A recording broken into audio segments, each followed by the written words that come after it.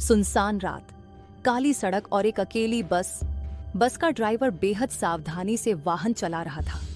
घना अंधेरा और वीरान रास्ता किसी अनहोनी का संकेत दे रहे थे। अचानक ड्राइवर की नजर सड़क के किनारे खड़ी एक कार पर पड़ी। कार में कोई हलचल नहीं थी और ऐसा लग रहा था जैसे उसे वहां जानबूझकर छोड़ा गया हो। उसने जरा सी नजर डालते हुए बस को धीरे से उसके बगल से निकाल दिया। कुछ मिनट बाद अचानक एक लड़का तेजी से सड़क पर भागता दिखा। ड्राइवर ने झुंझलाकर जोर से हॉर्न बजाया, मगर वह लड़का सड़क के बीचों बीच आकर खड़ा हो गया और हाथ हिलाने लगा। बस रुक गई। कंडक्टर ने झिझकते हुए दरवाजा खोला। तभी वह लड़का हांफते हुए चिल्लाया, जल्दी बस भगाओ, भागो, वरना वो आ जाएगी, वो सबको मार डालेगी। उसकी घबराई हुई आवाज सुनकर कुछ यात्री जाग गए। लड़का बुरी तरह कांप रहा था। उसका पूरा शरीर पसीने से तर था और उसके कपड़े फटे हुए थे। सबसे डरावनी बात थी उसके शरीर पर गहरे जख्म जिनसे खून बह रहा था।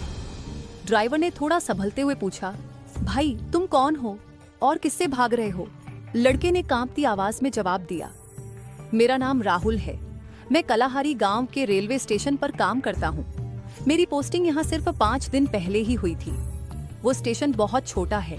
वहाँ दिन भर में बस एक ही ट्रेन आती है जो सीधे सोलापुर से कन्याकुमारी तक जाती है और अगली सुबह वापस लौटती है। राहुल ने एक गहरी सांस ली और आगे बताने लगा, तीसरी रात अमावस की थी। मेरी माँ का फोन आया था।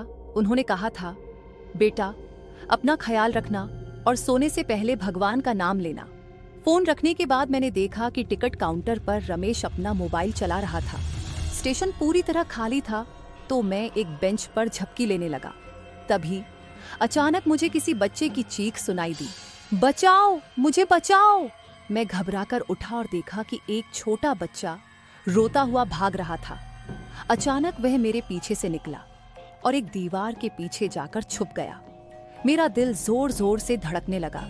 मैं धीरे धीरे उस दीवार के पास गया, लेकिन जो मैंने वहां देखा उसने मेरे पैरों तले जमीन खिसका दी। वो बच्चा सिर कटे हुए पड़ा था। मैंने डर के मारे तुरंत रमेश को जाकर बताया, रमेश वहां किसी ने बच्चे की गर्दन काट दी। रमेश घबराया और भागकर दीवार के पीछे गया, लेकिन जब वह लौटा तो उसने कहा, कहाँ है बच्चा? यहाँ तो कुछ भी नहीं है। मुझे अपने होश पर शक होने लगा, लेकिन मैंने खुद अपनी आंखों से देखा था। सिर कटा आदमी। अगले दिन प्लेटफॉर्म पर कुछ लोग थे। मैं भी इधर उधर घूम रहा था कि तभी एक आदमी भागता हुआ मेरे पास आया। भाई साहब, वहां कोई आदमी बेंच पर लेटा हुआ जोर जोर से रो रहा है।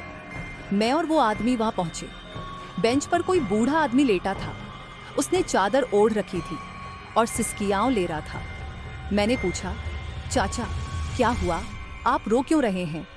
लेकिन वह बस कांपते हुए धीरे धीरे बोल रहा था, मुझे छोड़ दो, मुझे छोड़ दो। मुझे कुछ अजीब लगा।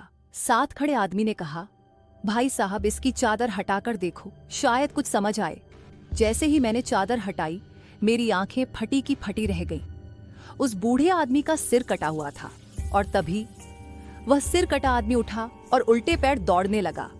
मैंने डर के मारे पैंट में ही पेशाब कर दिया और चीखते हुए भागा, भूत भूत। मैंने जाकर रमेश को सब बताया। वह पहले तो हंसा, लेकिन जब मैंने वहां पड़े खून के धब्बे दिखाए तो वह भी सन्न रह गया। फिर मैंने उस आदमी की तरफ इशारा किया जो मेरे साथ आया था। मैंने रमेश से कहा, इस आदमी ने भी सब देखा है। लेकिन तभी उस आदमी का भाई वहां आया और बोला, भाई साहब आपसे कोई गलती हो रही है। ये तो बोल ही नहीं सकता और ना ही सुन सकता। ये बचपन से गूंगा और बहरा है। मेरा दिमाग सुन्न पड़ गया। जो आदमी मुझे वहां लेकर गया उसने कुछ देखा ही नहीं। रमेश ने मेरे कंधे पर हाथ रखा और कहा, चल तुझे आराम की जरूरत है। लेकिन मुझे अब यकीन हो गया था, वो स्टेशन भूतिया था। वहां कोई आत्मा भटक रही थी। अगले दिन मैंने अपनी माँ को सारी बात बताई। माँ ने कहा, बेटा वो स्टेशन छोड़ दे, वहां मत रह।